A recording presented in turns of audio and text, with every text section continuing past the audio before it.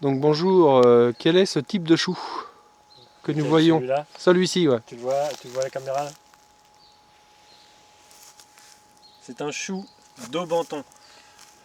C'est un chou vivace qui se mange cru, comme ça. D'accord, Il est donc d'ailleurs très bon. dans des salades? Salade. Moi je le mange cru, je ne l'assaisonne pas, parce que je trouve qu'il est très bien comme ça. Ouais, c'est aussi un chou qu'on peut cuire, qu'on peut mettre en soupe. Enfin comme les choux quoi. D'accord. Comment est-ce qu'on fait pour l'avoir, le reproduire? Ah, non en fait je sens que tu veux m'en piquer un bout pour le mettre chez toi, c'est ça? Voilà, c'est dans l'esprit. Bon, petit godet. Le chou d'Aubenton, tu vois, il fait des branches comme ça. Si tu vois pas assez, tu te rapproches. Il fait des grosses branches. Et certaines sont un peu plus petites, comme par exemple celle-là que je vais arracher. Voilà. Donc là, j'ai pris un petit bout d'écorce, de tronc. Enfin, c'est un petit peu plus ligneux qu'une feuille.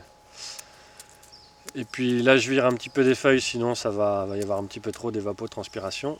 Et puis, je mets ça dans le godet. D'accord, Voilà, tout simple. ça tasse un petit peu la terre. Et maintenant, il ne te reste plus qu'à l'arroser quelques temps, histoire que D'accord. ça refasse des racines.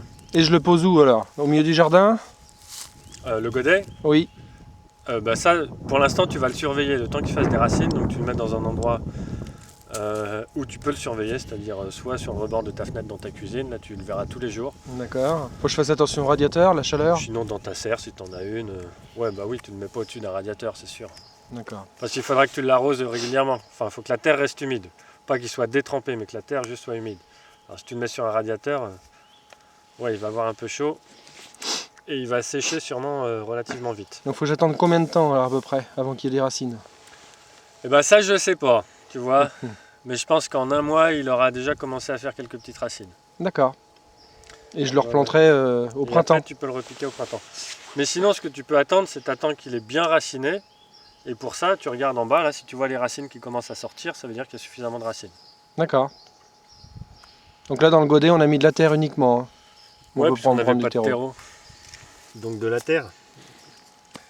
Donc voilà, un chou vivace, donc tu vois, on peut le multiplier. Et ben on peut en faire plein d'autres. Bon alors c'est surtout les limaces pour l'instant qui ont mangé mon chou. Bon, ça c'est un peu normal parce que la terre ici, elle n'est pas encore très saine. Il faudra quelques temps quelques cultures pour que la terre devienne vivante, enfin que le sol devienne vivant. Alors, quels sont les gros avantages des plantes vivaces? C'est un énorme avantage parce que là vous voyez, on est en février et en fait je peux manger mon chou. Le truc c'est que mon chou il pousse tout le temps. Pourquoi il pousse tout le temps? Parce qu'il a des racines tout le temps dans le sol.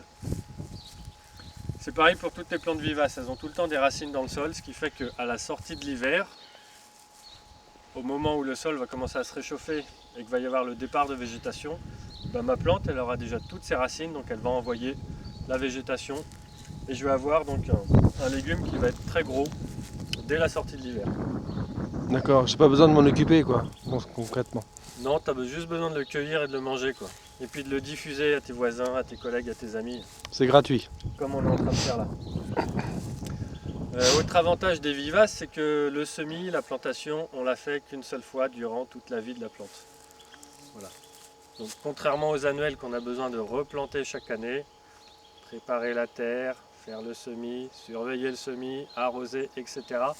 Là, les vivaces, je fais ça qu'une seule fois de toute la vie de la plante. D'accord, donc il faut bien choisir l'emplacement de départ et après ça roule. Ouais. Bon, là, l'emplacement de départ, tu le mets au potager, au milieu d'une plate-bande, puisque c'est des plantes qui sont relativement grandes.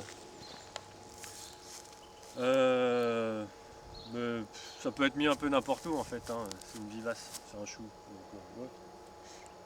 Non, il n'y a pas de spécification particulière pour l'emplacement.